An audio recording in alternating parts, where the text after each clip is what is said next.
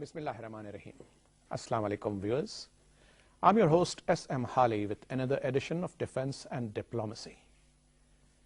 India is amassing weapons way beyond its legitimate needs, and one of its aspirations is to achieve the nuclear triad, that is delivery systems and weapon platform from both the air, sea, as well as, in addition, the subsurface. And in this regard, it has achieved the Arihant, which is an indigenously developed nuclear-powered submarine, and it has acquired nuclear-powered submarines on lease from Russia. Sir, just for the sake of our viewers, if you could briefly tell us what are the advantages of a nuclear-powered submarine over a conventional submarine? Well, in simple terms, it is the duration and the stamina to stay at sea which almost becomes infinite. It increases manifold in case of a nuclear submarine. Conventional submarine is supposed to come up 15 to 17% of the time to charge its batteries by what we call snorkeling. But nuclear submarine doesn't have to do this, so can stay subject to human stamina almost unlimited underwater. I see, sir. So with that brief addition to our knowledge, Advocate, we had done a program earlier in 2010 when the Arihant had just been completed and was commencing its sea trials. And now I believe it's about to complete them and is likely to be inducted by the Indian Navy. How do you see this threat? Major threat. A major threat realized, and the Indians are making a great headway at the expense of Pakistan's sovereignty in the Indian Ocean. That is point number one.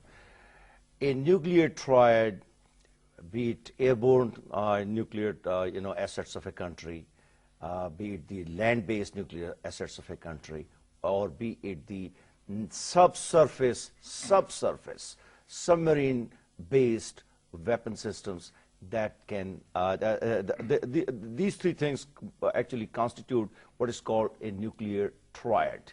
India, with the acquisition of a leased submarine called Aquila from Russia, has entered the very limited group of those countries that have the capability of completing, at least initially completing, a triad. By the end of this year, India's indigenous nuclear-powered submarine will be actually operational also.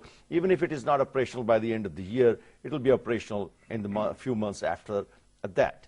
Third point, since India has completed initially its nuclear triad, where is the threat coming from for which India needs this nuclear triad? In the Indian Ocean. This is in addition to about 18 conventional submarines, although some of them will be retired, but 18, India already has a flotilla of almost 18 conventional submarines. But with the addition of the Aquila class, as well as its three, indigenously developed, it's likely to have 5 to 6. Would you like to add something to this? Yes. I think, according to the interpretation and intelligence, it is fair to assume that 2020, India will have around 24 conventional submarines, that means deployable about 2018 to 20. And she would have around 3 to 5 nuclear submarines, because indigenous construction sometimes is suffering from delays, etc. But it will be, I think, good intelligent guess, she would have 3 to 5 nuclear submarines, but SSN, not the ballistic. They are working towards that.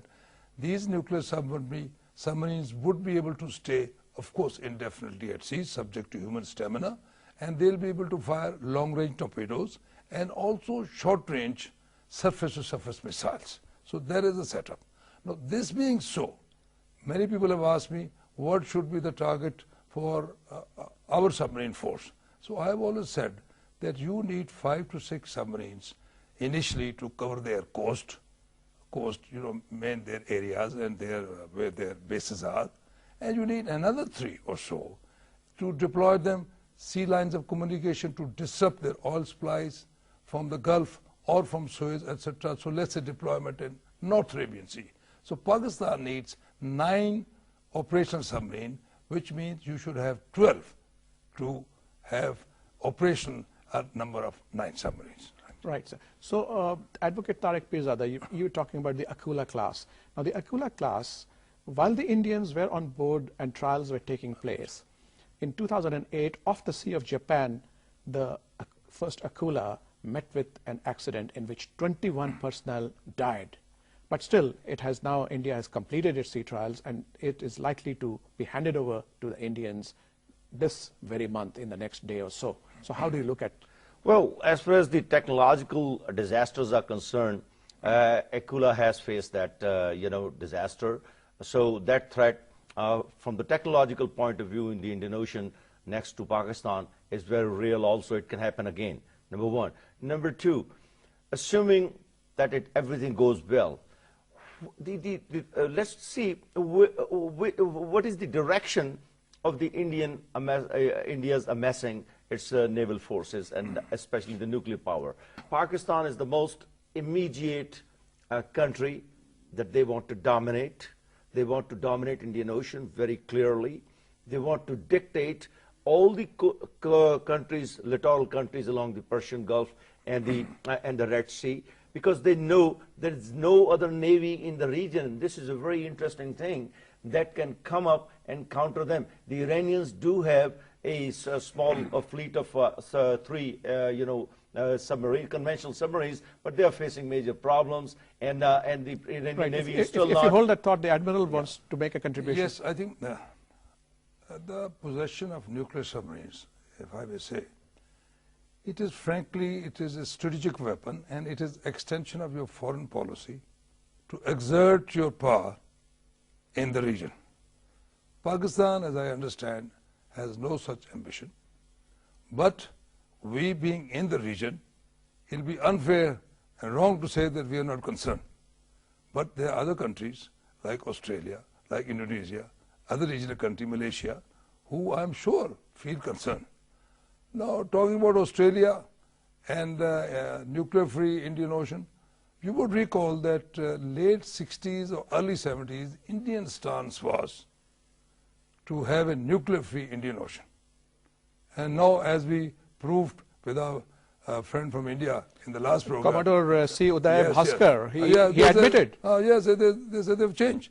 So in politics, there's no sort of high moral ground. Like Australia, selling uranium to India, but if it comes to us, they are high moral ground, you see. So Australia also will make no noise under American pressures, my own opinion. But if Indonesia would have a nuclear submarine, you will see that Australia will make noise about it. So concern is there, but I mean, in the regional ambition, etc., I think Pakistan is not part of it, but it's concerned because it's in the region. Yes. Right, sure. There are actually, in my judgment, and I'm sure a lot of people would agree with me, that if you look at the way the Americans are using their nuclear power in the Indian Ocean, they're not firing nuclear missiles, but they're using the same subs for conventional purposes, firing, Tomahawk cruise missiles with 1,500 ranges, firing into Somalia, firing into Sudan, firing into any country that in Iraq, everywhere they used it. So if we have a nuclear powered sub, as the Admiral said, we have a subsurface endurance of a naval power for a very long time. Number two, it does create a very strong retaliatory capability for a country like Pakistan, which has a very limited underwater navy at the present time. And not just that. And let me just quickly finish. The point you make cover is the same.